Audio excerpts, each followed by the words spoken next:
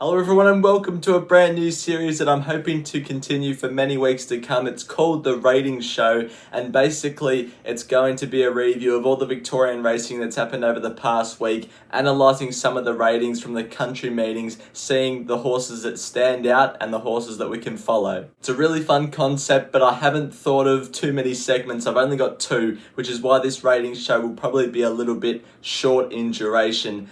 So just see what you think. If you have any suggestions for segments, let me know.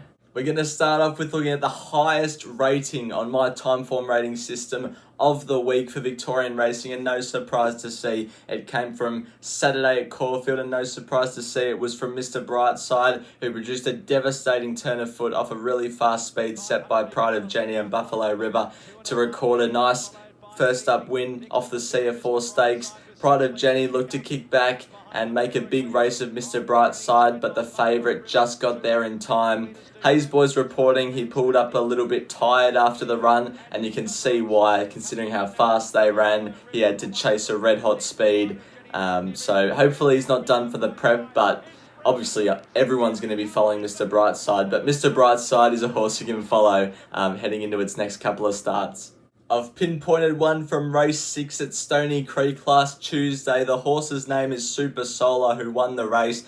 Now in the race, the favourite, who was leading Disturbia, tried to kick away around the corner, but Super Solar mowed it down and was very strong late off what looked to be a pretty good speed and recorded a nice Timeform rating. This horse, it was its 44th start, so it's getting on a little bit in its career, but I think that it can go to another grade now and be competitive. It's nominated for a benchmark 64 over 1600 metres at Pakenham. Considering the step up in grade, you might get a nice price. This horse likes to be on the week back up. That's where it usually produces its best runs. So follow it on Thursday night. Now this race from Sandown at Wednesday, I want to follow most of the horses in this race considering it was such a bunch finish, but the one that's highlighted is Thinking Rain.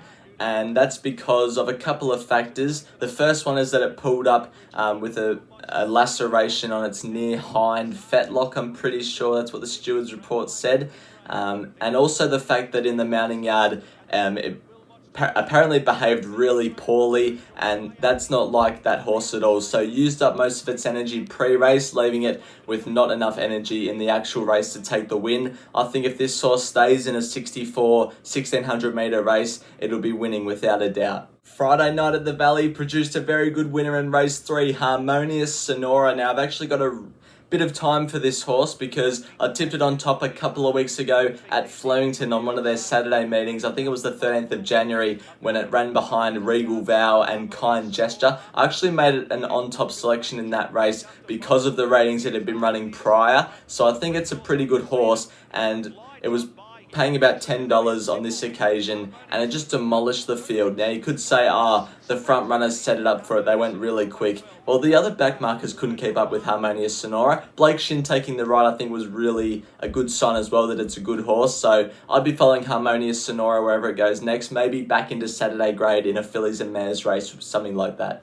I'm actually really excited about showcasing this next horse from Pakenham because I think it's got a really good future. Jai Gronkowski got the job done, 4 wide around the final corner at Pakenham and ran away with the win by 2 lengths as a $21 shot, rated really high on the Timeform ratings. Now the reason I'm excited about this horse is because it's had 2 runs this campaign, and the stable put the blinkers on before its first up run, and now it's had 2 from 2 since the blinkers have been applied. So I think this horse can continue stepping through the grades, and wherever it goes next, I want to be following it because I think it's a really good horse. Last replay showcasing a duo of runners from Yarra Valley at race 5 on Saturday called Armalite and Triggerific. I thought these two horses, because they finished so close together, they both rated pretty evenly. Armalite slightly better because it had the bigger weight and because it won, obviously.